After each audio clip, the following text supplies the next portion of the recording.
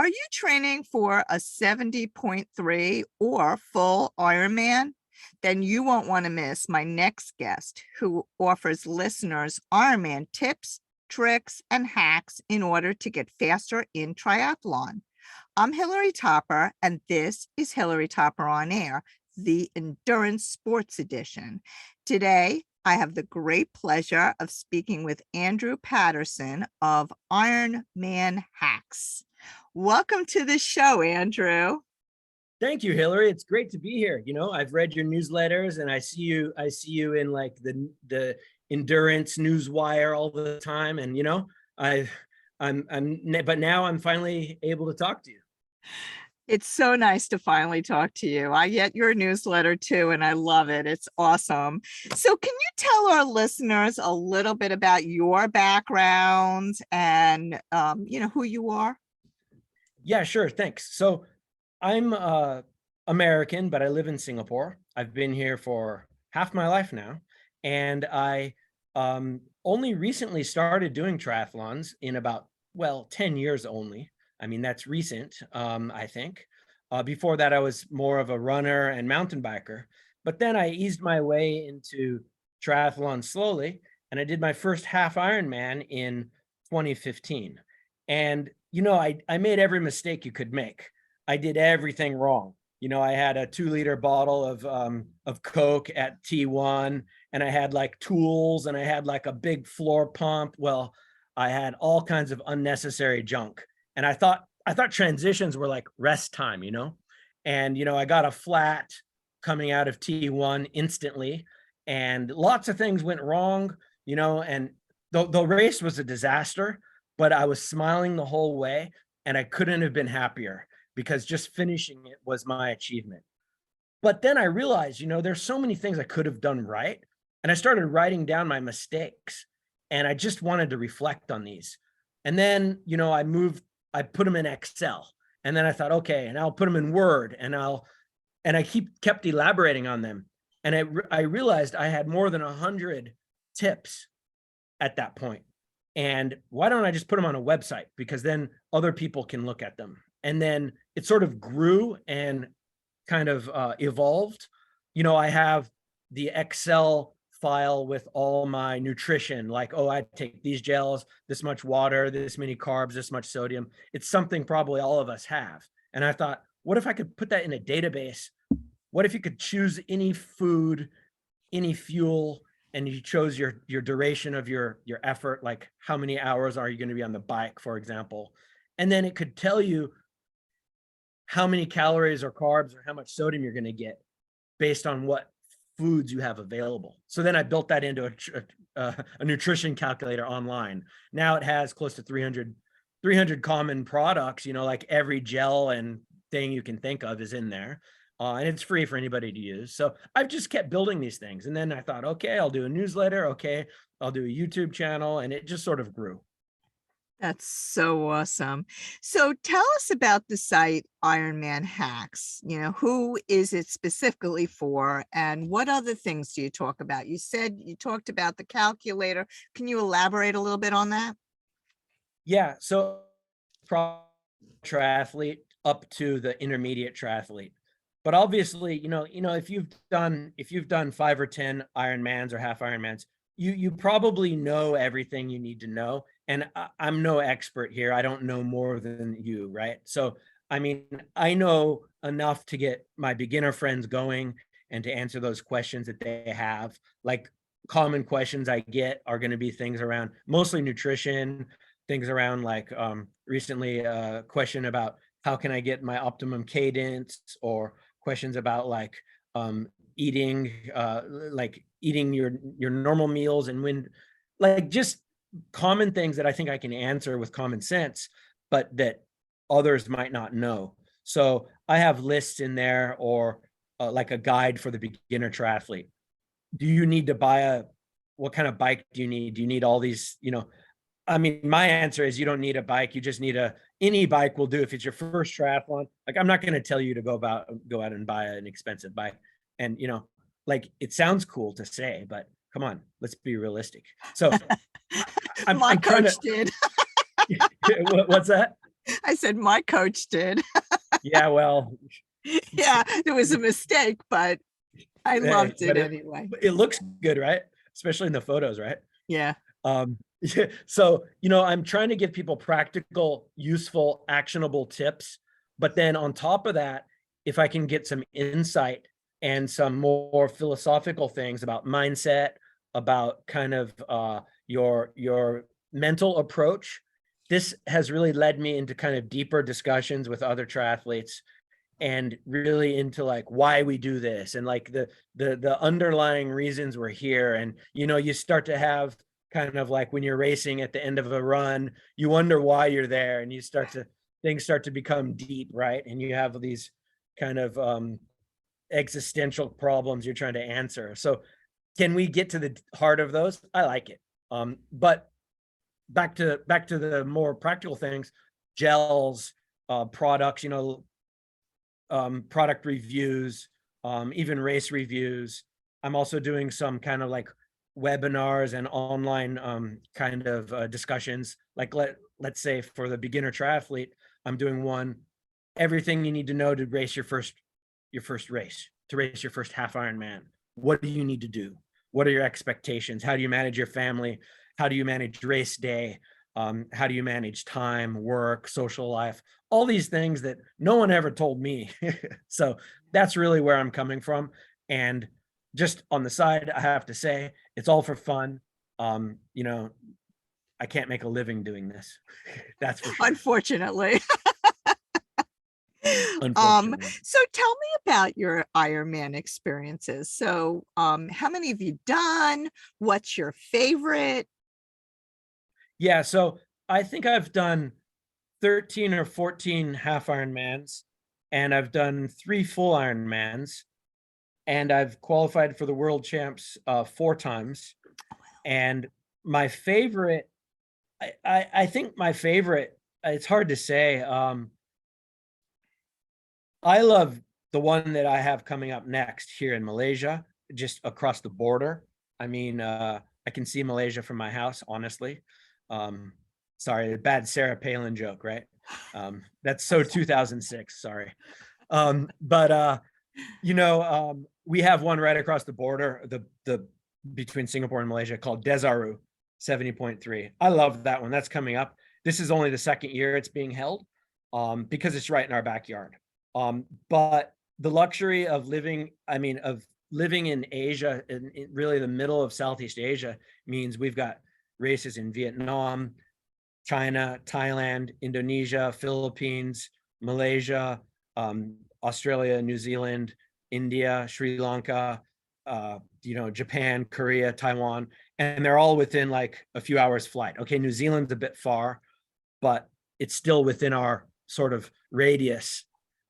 It would be the equivalent of if you're in East Coast, maybe you're flying to, the West Coast or a bit further, right? You can go to Right. Mexico, right? That's easy. So all of these, we don't have as many as you guys do, but it's a bit more colorful, I'd say. So I like all of them. And I guess the one common denominator is the heat and the humidity. So pretty much all of the races we do here are blazing hot and torturously humid.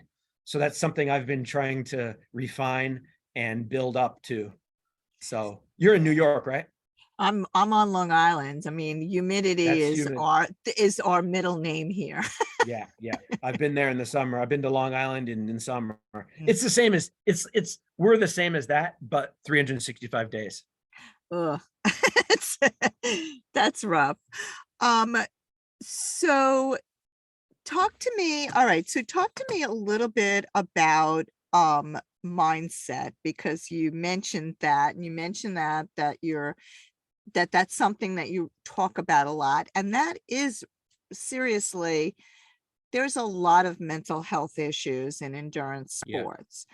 Um, do you have any tips and strategies maybe for race anxiety or something to that effect that you can help offer the community? Yeah. So I think there's 2 levels of mindset that we need to think about to separate. One is the fundamental approach or the basic philosophy you have towards racing. So it's not like what you're going to be thinking about as much during racing, but it's generally how you regard it, why you're here, what you're doing it for. Is there a reason you're here? Are you here to set a good example for family members, or are you here for, just because you love the competition? Are you here because, for health reasons? There's got to be something that you can fall back on in that dark moment on the run at the last few kilometers to say, no, I'm not going to quit. I'm here because, I told my daughter or my son or my mother that I was doing this race for her or for him, or, there's got to be some anchor reason that can defend your anti-DNF strategy. But then also, there's also mental strategies that I look at during a race to manage pain and to manage expectations. Sort of tricking your mind into believing that pain is, like, I always say that pain is a social construct. Like, if you hit yourself in a certain way, it might not hurt you, but if you do it to a little kid, he'll feel the exact same thing. Maybe he or she will cry because they've been conditioned to. If you can condition yourself to accept the feeling of, whatever discomfort you're feeling when you race, if you can accept that and tell yourself that you love it and that's why you're here, then maybe you can handle it a little bit better and change that threshold, move that threshold up, because it's your brain that gives up. It's not your body. Your brain will give up way quicker. So I think the running book from Jack Daniels, the running, not the drinking guy, but the running guy, is he has a chart in there, if I remember correctly, where he says he can't, like, if you're an elite, if you have extreme talent but no drive versus extreme drive but no talent, he'd always rather coach the guy with no talent but with the drive, because he can do much better than the guy with the talent but no drive. And I don't have the talent, but I sort of have some drive that easily makes up for talent that other people have that don't have the drive. Right. So I love I that. That's awesome. I feel the brain is the key thing to train. And that's, I don't care how old you are, how big you are, how little you are, how weak you are. It doesn't really matter. You can do a half Ironman. You can do a 10K. You can do more than you think. You can do an Ironman too. That's awesome. Thank you for sharing that. And it's something that I also preach. So I appreciate you saying that. So before we move on, I need to say that I am so appreciative of our sponsor. Please support him and tell them that you heard about them on Hilary Topper on Air. Special thanks to Boldfoot Sock. Boldfoot Socks is a family and veteran-owned, American-sewn, American-grown sock company. So, Andrew, back to you. We're talking about your journey as a triathlete and the things you've learned through the journey. For our listeners, can you tell them about some of the other tools? You mentioned one of the tools, the nutrition calculator. Can you also talk about the TriPace calculator that you have? Yeah, so I always had a hard time adding up, like, my math's not that good. Adding up numbers, right? You too, right? Especially when it's like not even decimals, but it's like 60 seconds, 60 minutes, right? So what is your swim pace that you expect to do? Oh, for this next race, I'm a bad swimmer. Let's just say I'll do 2 minutes per 100 meters. Okay, I'll do my transitions are fast. I'll do a 135 transition, and then my bike I'll do hopefully 2 hours and 30 minutes, or maybe, knowing this course, I'm going to say 34 kilometers an hour. So using either times or speeds or paces, you can enter those into the calculator and it'll tell you your final triathlon time. So it'll add up, like, what is 2 hours and 30 minutes plus 38 minutes plus 1 minute and 35 seconds plus my run 141. How do you add those up without a calculator? Or if you just want to put the speeds in, I know my run pace is going to be a 4:55 in kilometers or whatever it is. You can put those in as well. So that's what the pace calculator does. It's just a tool to, because I'm sick of doing it wrong. Awesome. Now, do you have a coach, Andrew? Yes, I do have a coach. I'm coached by the Tri-Doc, who is Jeff Sankoff out of Denver, Colorado, and he's under Life Sport Coaching, which is run by Lance Watson, who is one of the master coaches for Ironman. And he's the one that coached Simon Whitfield to the first gold medal in triathlon in Sydney in the year 2000. He's from Vancouver. So these are they're Canadian. But he has athletes around the world. Yeah, I love Jeff. He's a awesome guy. Actually, last year I think he had a whole string of first places in the US. And so and also he's a doctor, he's a physician. So, he's it's a good combination to have this kind of, he's at a high level of triathlon, but he's also a medical guy. So when I'm like, hey, I feel sick, what should I do? I twisted my ankle, what should I do? And he can give me sound advice. Yeah, that's helpful. So that's who my coach. But I used to be coached by Colin O'Shea in Singapore of COS Coaching, and now I'm actually working with Colin as a coach. So and he's probably I would say Singapore's fastest triathlete, probably, or at least he used to be. I think he is still. And he's probably got one of the biggest coaching groups. So we're working here with the locals. He's Irish. So yeah, Colin O'Shea is also one of my top coaches. Very cool. And talk to us a little bit about the Ironhacks newsletter. So you have this newsletter, it goes out. Can you talk a little bit? I'm not really sure when it goes out. I get it, but Yeah. I'm not. Yeah. Yeah. So, I mean, I was very consistent doing them. I spent a lot of time on those when I first started back in, I think it was right when the lockdown started, because we were working from home at that time, 7 days a week, 5 days a week. Right. And I spent way too much effort on those, crafting everything to a high degree. But I got a lot of subscribers quickly from that. But now I don't have, I cannot dedicate so much time to them as I did then.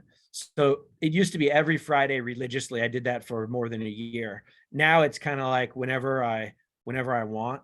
And so it's always going to be on a Friday, but generally what it will, and by the way, Hilary, I'm going to put your book in there because you published a book now, right? On Amazon. And I'm going to put that in there because I have book reviews. I've just started it. I'm actually finishing another book, so I haven't gone too far into it, but it's a time for me to highlight things that I think are great out there. Your book will be one of them. And I saw you had a forward by people like Matt Fitzgerald and other kind of like highly regarded people. So I don't know if you want to talk about your book at all, but Yeah, they're all my heroes, like Julie Moss and yeah. Matt Fitzgerald and Jeff Galloway. Yeah. Danielle Sullivan wrote the foreword in the book. She was a pro triathlete, and she's also my coach. She's been my coach since 2015. It's a long time. That's a long time. Yeah. I mean, it's what's interesting about, I love having a coach. I'm also a coach as well. And I think it's really important to have a coach. I mean, that I just think it just helps you structure your workouts so much better than, doing, I mean, you could do it on your own, but it just makes it so much more enjoyable to have somebody, Absolutely. checking out your workouts and seeing how you could go faster and that type of thing.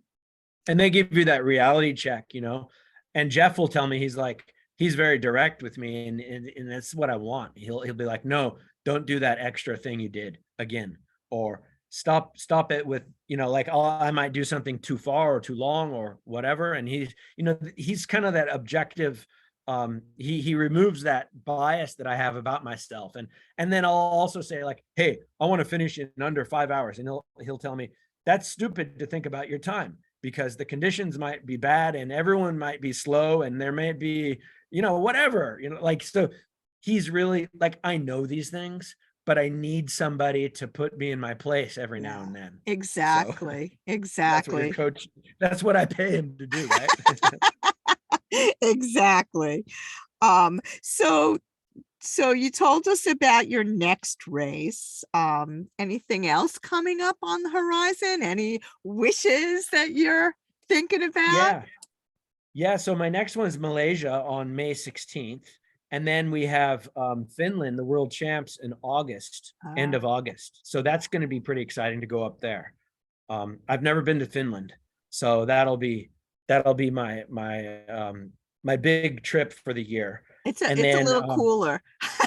yeah, it's slightly cooler, right? And so that's another thing, like I talked about heat in Asia, and I love it here. I love it. We get 365 days of training, but it's hot, and it's hot. I mean, but or and however you want to look at it, because it is a heat, it is like an advantage to me. And when I race in cooler climates, it's incredibly different. So, like I did the Seoul Marathon years ago, and I was way faster than I thought. Or I raced in Nice. No, Nice was hot. I raced in South Africa in 2018, and it's just like everything is every kilometer is like 15 seconds faster than I thought, and so my lactate threshold changes. Everything changes. So I'm super excited about racing in a different climate. But what I don't want to do is I don't want to be coming from a cold to a hot climate. That's where that's where I think I have the comparative advantage. I'm not good. I mean, I don't like the heat, but I'm better in it than someone who is, you know, from Lapland. Exactly. It's like flying from New York to Florida and, doing that in the winter when it's hot in Florida and then racing. It's really difficult. That's right. So tell us, Andrew, how people can get in touch with you and learn more about your story and Ironman hacks. Yeah, yeah. Thanks, Hillary. I think the best thing to do, honestly, YouTube is the best. I mean, YouTube to me is the more fun, and it's more personal. So you can just look for Ironman Hacks on YouTube and subscribe. And I answer every comment. I get a lot of comments. I've interviewed people like Dave Scott, Mark Allen. I haven't interviewed Julie Moss yet, but um, people like Dave Scott, Mark Allen, Joe Friel, Bob Babbitt, all those guys, even more contemporary guys like Sam Laidlow, Rudy Von Berg, um, Craig Alexander, Tim Reed. So I like to speak to these guys, but I also like to kind of do more fun things like some adventure writing, some reviews and stuff like that. But ironmanhacks.com, you can subscribe to the newsletter, and you can also find the YouTube channel there, or you can just go to YouTube. Depends on what you like. Sounds great. Well, thank you so much, Andrew, for being on the show. I also want to thank our sponsor once more, Bold Foot Socks, a family and veteran owned American sewn, American grown sock company. For more information, visit boldfoot.com. I'd also like to thank our listeners for tuning in. If you want more information on this show or any other show, visit our website at hilarytopper.com, or you can find us on Spotify, iTunes, Apple Podcasts, Google Play, even Amazon Alexa. You name it, we're out there. Have a great week, and we'll see you next time.